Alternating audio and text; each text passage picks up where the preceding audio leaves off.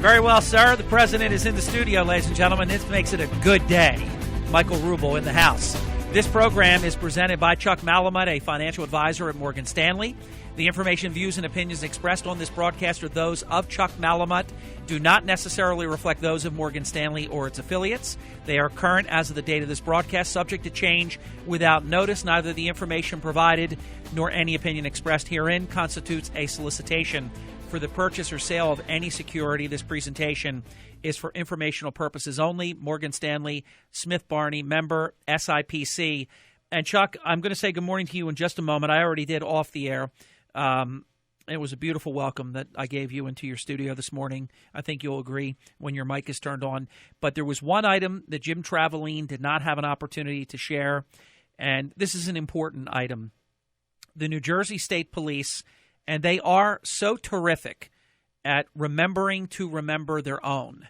And this is a local man who was taken far too soon, Jim Hoops, who I refereed when he was a high school player at Holy Spirit High School. He taught at least one of my daughters, I want to say Kristen, possibly both, but at least one, Spanish, when he was a teacher at Holy Spirit High School. And then he embarked on a career as a New Jersey State Trooper. And he passed away tragically due to, I believe it was an undetected heart condition that he had. He was as physically fit as anyone you've ever seen, and it was just so sad and tragic when he passed away. And the New Jersey State Police are officially dedicating a boat in their Marine unit in honor of their friend and their brother, and the official dedication will take place at 10 a.m. on August 18th of next week, which is Thursday, at the Atlantic City Marina. And the boat is the Sergeant James G. Hoops, New Jersey State Police Marine Unit boat. And I think it's a terrific honor in his memory. And Chuck, thank you for giving me the first minute or so of your program to make sure that we remember that. No problem, Harry. Absolutely. It's a pleasure. So I was listening earlier this morning, and as you're talking about cupping.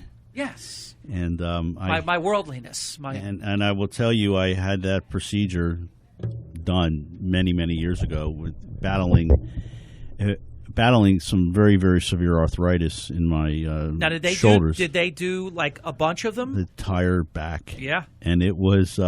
Did you find relief? I did, but going through it was extremely painful. I mean, because you didn't. I guess. Well, there's heat and there's suction. Yeah, not knowing in advance what was going to be happening. I'm just sort of getting a brief overview, and then the actual, it's not a procedure, but going through it. Treatment. It was grueling, but at the end, I will tell you that it was helpful. It's an old Chinese therapy. They say that it increases blood circulation, that it does certain healing, has certain healing properties. So you had a bunch of those purple circles all over your back. Yeah, they were all over my back. It was. Did they do different size cups? They did, yeah. Yes. And it was, I want to say the treatment was probably an hour. It felt like it was a day. I'm going to take a guess you never did it again. I didn't need to. Okay. Right. But that's a good answer. But if I was in that same excruciating pain that I was experiencing back then, I would most definitely do it again. So, and it did work. But and there was actually a gentleman in Pleasantville on Main, right on the Pike that did this for me. Now, whether or not he's still there or not, this happened several years ago. Would you describe it as, and there's a distinction with a difference here, would you describe it as pain, or would you describe it as discomfort? Well, Harry, for me, it was pain. Okay. You're a tough guy. I mean, I'm going to say that in friendship, your brotherhood. You're a tough guy. So if it was pain, now whether or not it was because I was in pain to begin with, that very well could be. And if you went to do it today, it probably would be more discomfort, I would imagine. But you actually felt positive results. It did take the better part of 72 hours. How long did it take for you to get rid of your hickeys? I'm sorry. I mean, your purple round circles. How long did that take to go away? It was the better part of 3 to 4 weeks. That's what I thought. Yeah, it was a long time. Because they're big. Yeah, they are. They were huge. You got to go home and explain that to mom and dad. But I did see that. I saw that No, it's cupping. It's cupping, Dad. It's cupping. I saw Phelps when he was, when they took a shot at him the other day. Yeah. And then I read about and heard about it again this morning. So, it does work. So, Chuck, I know that we're going to do your market update first. You're going to do the July jobs report, which you're going to gush over that because I know you. Government spending. We're going to talk China. We're going to talk IPOs versus private equity. We're going to do all this in 3 segments between now and 8:45 this morning. Let me ask you to just comment about earnings because this is a big day. A lot of earnings are coming out, including after hours. My favorite place on planet Earth, besides being here or at the Ponderosa or at your house, Chuck, is Disney. Disney is reporting after hours tonight, and I'm going to predict here and now that they're going to crush it. I know that they actually experienced something last quarter that is unheard of for them, but I think they're going to report well after hours tonight. It's just a early in the morning prediction, not part of Chuck's program. Just my own comment there. But what are your thoughts about earnings? Well, Harry, for the most part, we continue to see earnings beating on the bottom line, as we've traditionally seen in the past. But we're starting to see, or continuing to see, revenue with a lot of the companies that are reporting in excess of the projections, and that obviously is a good sign. Now, the negative side of the camp would say, well, geez, we do have earnings that on a year-to-year basis are lower than what we've seen previously. The first quarter 2016 Q2 this year, the earnings are have been lowered significantly. So the bar that they need to get over is not what it was years ago. So you have two sides, but what's very interesting here, Harry, is the fact that this market continues to be a market that gets no respect. We've talked about this before. Rodney Dangerfield. And we made an intraday high yesterday on the S&P 500. It did not hold, but yesterday was a very, very quiet day. Monday, August in the summertime. And we're going to probably continue to see, a fair amount of quiet days. But, the only problem that you have in the month of August, Harry, is the fact that because there's so many people that have basically checked out, they're on vacation. A lot of the bankers are, away for a couple weeks. When you have low volume and something, we find out something about anything. I don't know what, terrorist attack, something coming from a particular company that no one had expected. That can cause a fair amount of volatility because there's not enough volume, to absorb that event per se. So that's something that I think your listeners, need to be aware of. As we get through the month of August, because it's particularly it's just a quiet month. It's the way it always has been. Chuck, give us your market update. Thank you for entertaining my opening question because I thought it was an important one with a lot of the earnings that are happening, and Disney, of course, reporting after hours tonight, as I mentioned. What's your market update? Well, Harry, as you know, the market continues to move in a upward bias. There has been very, very low volatility of late. But, as late as yesterday when Donald Trump, made his speech in Detroit, what we're going to continue to see as we get up to the November 8th U.S. presidential election, the volatility will continue to move higher as the market focuses on each and every speech, who says what to whom, who says what about the other party. And as that happens is, the market says, and again, this is not me talking, Harry, this is what the general consensus is of the market. The market is more in favor of having the Democrat being elected rather than a Republican. And do they go as far as to say they would want a Democrat in the White House and a Republican Congress, or do they want Democrats running all of government? No, run in the White House. Yeah, that's what I thought. At this point in time. Hey, here's the truth. I mean, I don't want it to go that way, but over the course of time, and the last 8 years are an exception because this is unprecedented, ground that we've been traversing for the past 8 years. But split government typically has been the best government over the course of many, many years. But that is when people are willing to work together, though. When you don't give too much of the power to one party, you typically have – I mean, I think an example – and, Chuck, we were doing your show then. The Republican Congress, for the first time in 40 years with Democrat Bill Clinton, we got a lot done. We did get a lot done. So a whole lot done. So you think about the polling numbers right now, and again, this is not a political hour, but politics does play a role as to what happens on a day-to-day basis sure and what we do. But right now, Hillary Clinton is leading in the polls, so it seems, and it depends on which poll you listen to and read and watch or whatever. But the betting markets at this point in time are pointing to her, winning, pretty big margin come November. Now, think about this for a second. It wasn't too terribly long ago, in the month of June, I believe, where the betting numbers, you had a 70 to 80% favorable read that Brexit was not going to happen. It would be defeated, and it'd be the way it was. And obviously, we know that predictors can be wrong. So, Chuck, here's something people aren't considering.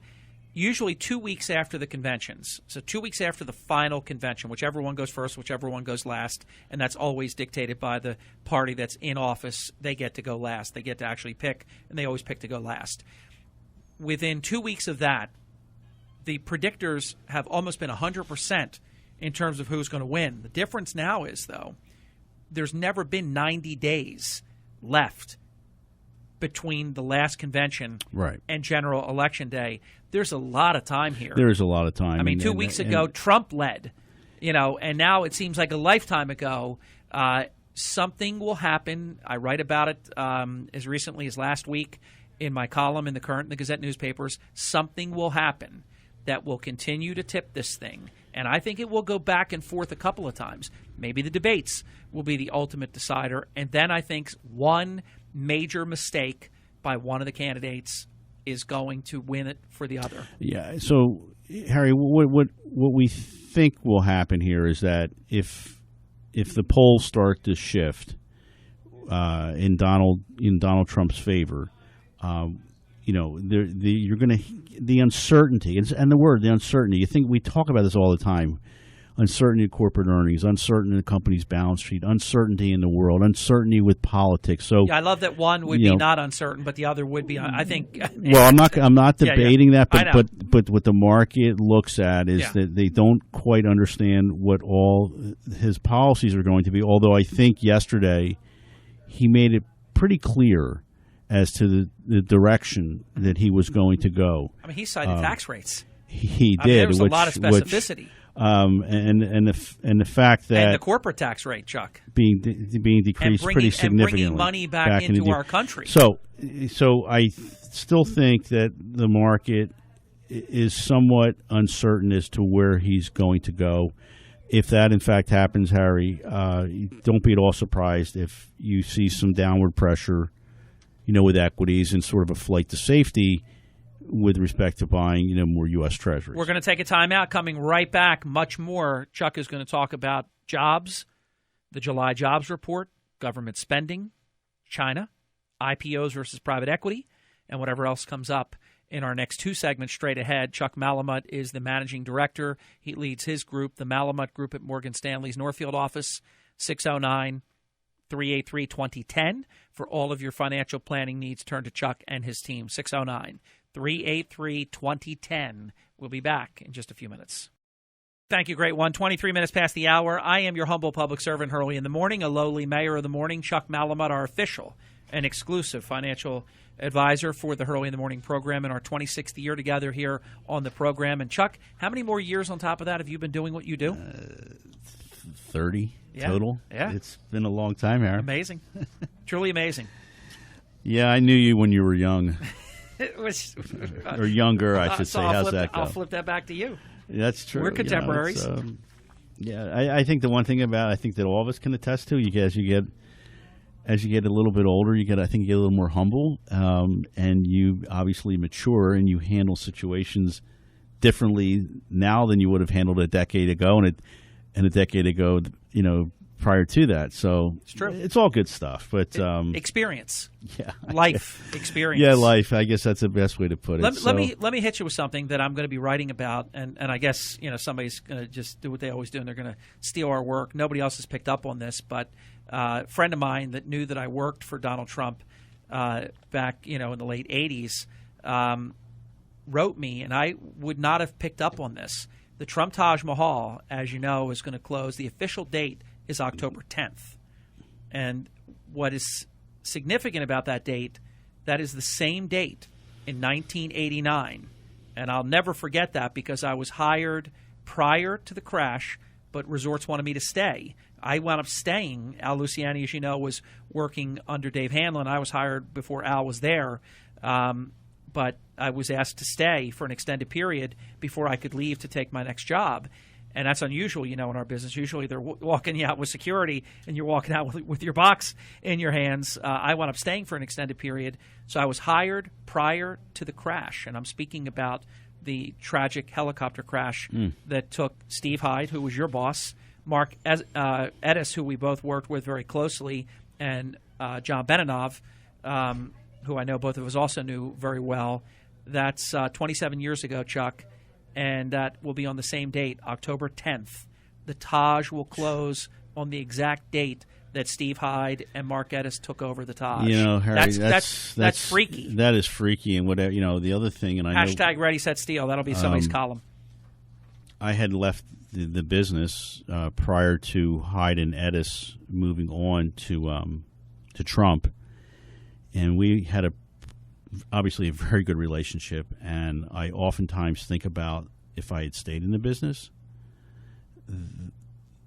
that there was a very, very strong probability that I might have had that job that Beninoff had. Oh, I don't think there's any question. You would have been a president of one of the Trump properties. You would have been on that helicopter. Yeah, so fortunately for me and my family, even Donald Trump thought of getting on that day, but then he said, "I'm going to go a different way. I'm going to come later." You would have been on that helicopter for sure because that was one of those pivotal meetings. It was one of those pivotal design meetings. It was that tough. You would have had to be at. Going to 3 funerals and a relative. It was just you talk about painful, and it just sucked the air right out of you, and so young. I mean, Mark was in his 30s. Yeah. Steve Hyde was still young. And Beninoff I knew least of the three. But, with Steve Hyde, and you worked directly for him, when you left, I worked for him as a direct report for a period before somebody else was hired in your old position. So I got the experience of working with Steve Hyde. What a beautiful man. True professionals. There was and Mark Edis, too. Wow, that is so eerie. October the 10th. There you go. And a friend of mine that doesn't want me to say who they are said, would I please mention it on air? And I said, I will, and I'm going to write a column about it, too. Because, there are some things in life, Chuck, that just can't be just a coincidence. There's just something. The first president of Trump Taj Mahal and the first overall corporate president of Trump Hotel Resorts, on October 10th, they opened the Taj, and on October 10th, the Taj will be closed. It's crazy. So let's shift gears, Harry. Let's talk about your favorite topic. Is that going to be jobs? It's the jobs report. So, the market, you think about this for a second. Our growth seems to continue to move on an onward and upward direction. And that was confirmed with the July jobs report. Printing 255,000 new jobs were created. The unemployment rate remained at 4.9%. The average hourly earnings increased by 0.3%. So that means that the one thing that we talked about I think it was June and in May, that the average hourly earnings were flat if not they were declining somewhat. And if you want to talk about inflation, you want to talk about the Fed and what they're particularly going to do and when they're going to do it. So you have, the fact that the numbers came in as strong as they did, and they kind of took everybody by surprise. And the equity markets had just an exceptional day on Friday, able to overcome, most of the negative days, earlier in the week. The S&P was able to eke out a small gain of 0.5%.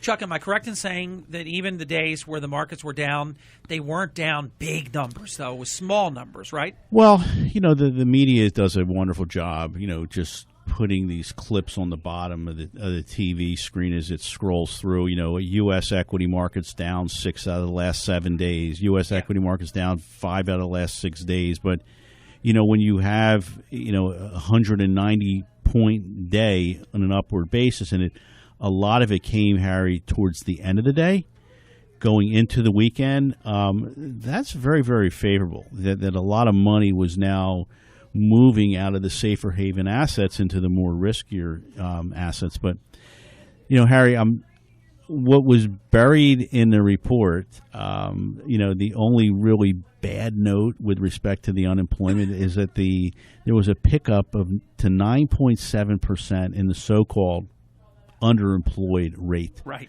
Which measures, those that involuntarily are unemployed, plus and involuntarily part-time workers. And we also have more than 94 million that are not participating. Right, but you think about it, Harry, for a second. When we were back in October of 2009, end of October 2009, the peak of that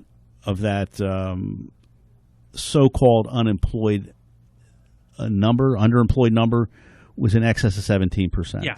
So the path that we have taken, it has been more favorable, but certainly not where we needed to be. And the fact is that you have people continuing to work multiple jobs at lower pay, and the fact that we have seen minuscule wage increases over the last decade, still says that we have a lot of work to do here in our country. Here's what I would like to add, and I think it's a fair statement, and it keeps within the tenets of this program that, this is a financial program, not a political portion of the program. The 4.9% unemployment rate is very deceiving. And we can look at the underemployed, and we can look at the proper reports to show, and it's just a shame that they're getting away with a fast one, because 4.9%, if it was true, that is below any number that was ever envisioned when the statistics were put together, that full employment would actually be in the range of 94, 95%, because there would be 5% or so of the American people that either could not work or did not want to work. So what I'm going to say, and I think it's an objective statement, Chuck, this is the most unhealthy 4.9% unemployment rate that we've ever seen. I'm not going to disagree with you on that, Harry. So the question is... But the 255,000, I want to be objective. It was a surprise. Because the numbers have been so bad, that number looks so much better. Well, think about this for a second. We just had an awful number in May. I think it was like in the 30,000 range. Yeah. We had a very good number in June, an exceptional number in July, and the revisions I believe that were made, particularly I think in May and June, actually had an upward bias where they increased the numbers as far as creation of new jobs. So, 2-minute break. We're going to come right back. Chuck Malamut is here. One more power segment straight ahead. We have a pretty neat topic. I think you're going to enjoy it. From 8:50 until 9 o'clock this morning, Brooke Parkhurst is going to join us, and she has meal options just in time for back to school. So this can be very helpful for families getting ready to deal with the busyness of kids at school and working and all these different things. It's going to be a lot of fun with Brooke. Then Dr. Bob in the 9 o'clock hour. That's Dr. Bob Zlotnick. Chuck Malamut, reminder for all of your financial planning needs. Chuck is the managing director of his group, the Malamut Group, at Morgan Stanley's Northfield office. You can reach Chuck and his team by dialing 609-383-2010, 2010 for all of your financial planning needs.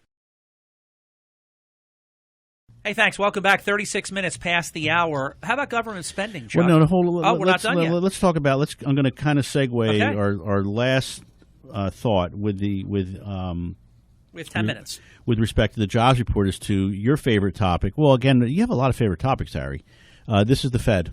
Yeah, love them. So the next Fed meeting is September 21st. I'm proud of you, Chuck, because you're freelance and you're going off our well, list. I wanted this. I win earnings on you. You should go Fed on me. So let's think about this for a second. The Fed meets September 21st. Just listen to your brother Harry. There ain't no increase. The Fed until December, if at all. Harry, Go ahead. let me finish now.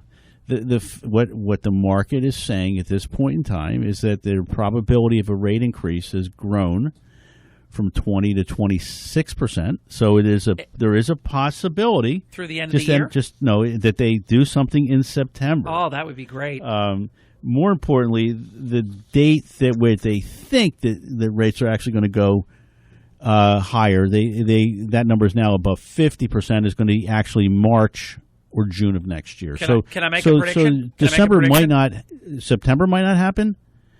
December might not happen, but here's what happens. You keep printing these jobs, and if you have pressure on wages on an upward basis, corporate earnings continue to improve. I think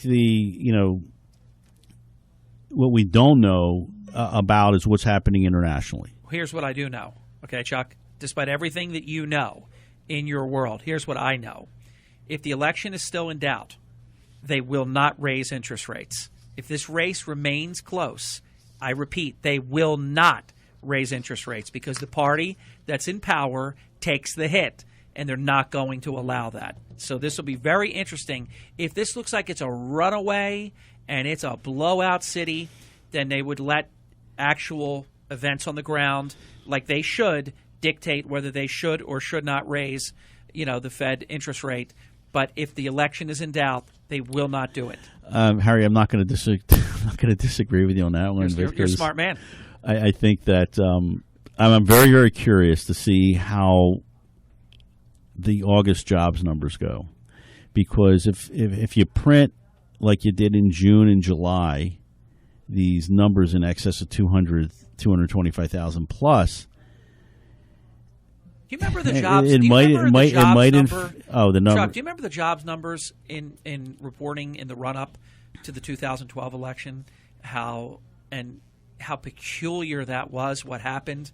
I just wonder anymore how honest any of this is, because just in time, in the last couple of months here in the run-up to an election that's 90 days away, all of a sudden numbers we didn't expect. So I sense that you're rather suspicious with the numbers. I'm very suspicious. Very suspicious.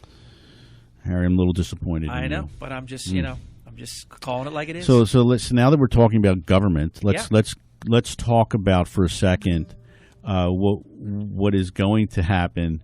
We think with long-term U.S. growth. Yeah. It has been lackluster. I mean, it's printing GDP, sub 2% or less, and then maybe an occasional number that you pop 3, but then you get right back to where you were. You think about this for a second. Since the start of the recovery 7 years ago. By the way, you said we pop 3 once in a while. There's been no 3. I think there might have been 1. I don't think so. All right. Not in this administration. Nope. GDP, as we know it, has averaged just over 2% over the last 7 years.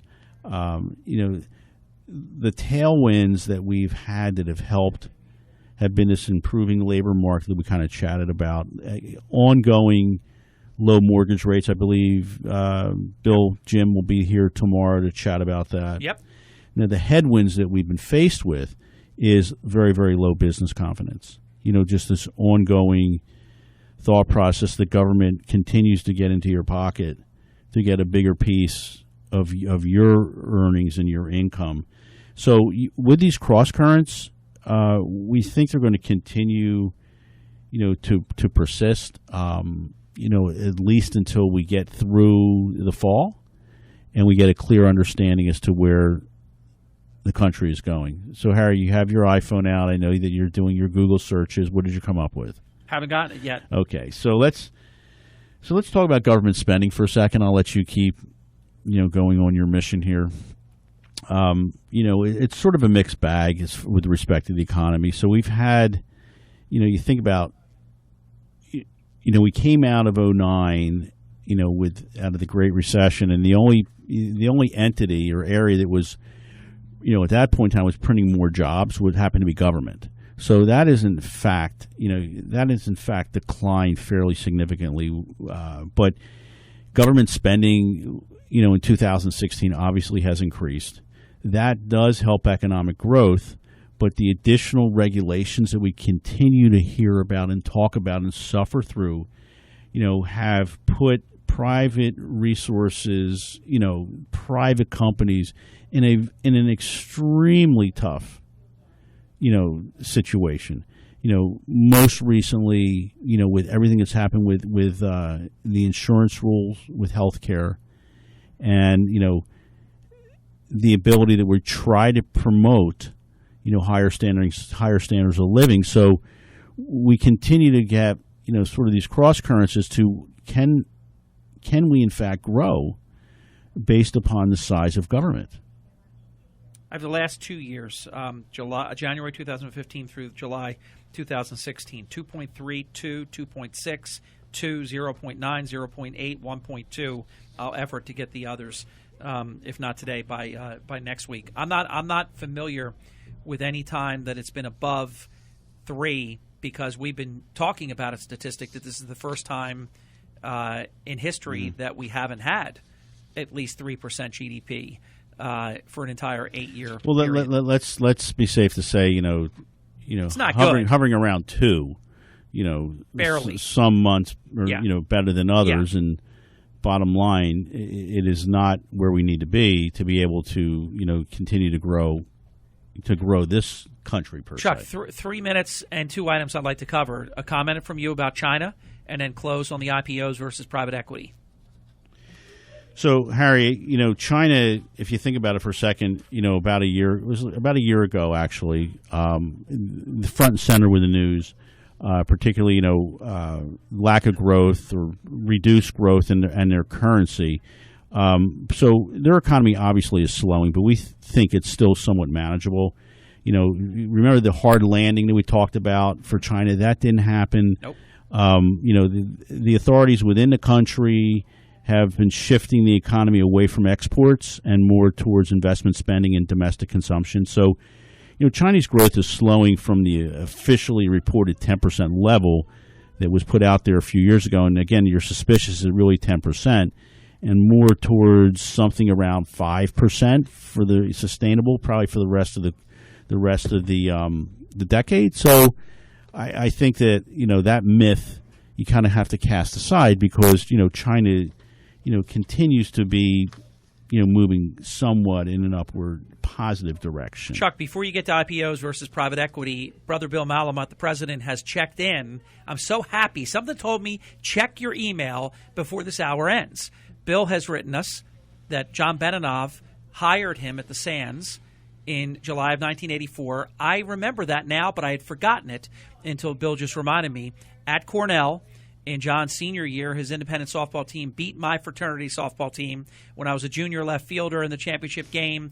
Artie Adler was on John's team as well. Bill, good to hear from you. Thanks for the history lesson there. And John was a good guy, Beninoff, wasn't he, Chuck?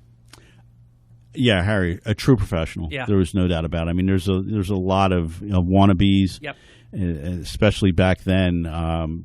But he was one of a few in the Atlantic City area that really, understood the business, and again, a true professional in what he was doing. So I did meet him at Sands, and then, of course, we would have been working together with Trump. But I always heard good things about him, and my first impression of him was really a good one. Solid guy.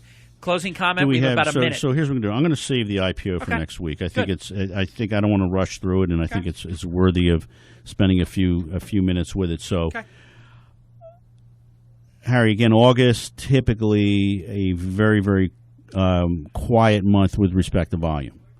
So if something were to occur, whether it's domestically or internationally, chances are that the market will take that information and it will either move higher significantly or lower significantly only because the lack of volume. As we talk about IPOs, which we'll get into next week, that market is very, very soft at this point in time. And, I guess what your listeners need to be aware of is the fact that, something can happen, so just be ready. But in the meantime, the market continues to grind higher and continues to get no respect. You can reach Chuck and his team, the Malamut Group, at their office, Morgan Stanley's Northfield office, 609-383-2010. The program you listened to was presented by Chuck Malamut, a financial advisor at Morgan Stanley. The information, views, and opinions expressed on this broadcast are those of Chuck, do not necessarily reflect those of Morgan Stanley or its affiliates. They are current as of the date of this broadcast, subject to change without notice. Neither the information provided nor any opinion expressed herein constitutes a solicitation for the purchase or sale of any security. This presentation is for informational purposes only. Morgan Stanley, Smith Barney, member SIPC. Chuck, see you next week. Harry, thanks again for having me. You're the best at what you do. Brooke Parkhurst is next in just a couple of minutes. I'm Hurley in the Morning. Don't go away. We'll be right back. It's going to be a neat topic, meal options just in time for back to school.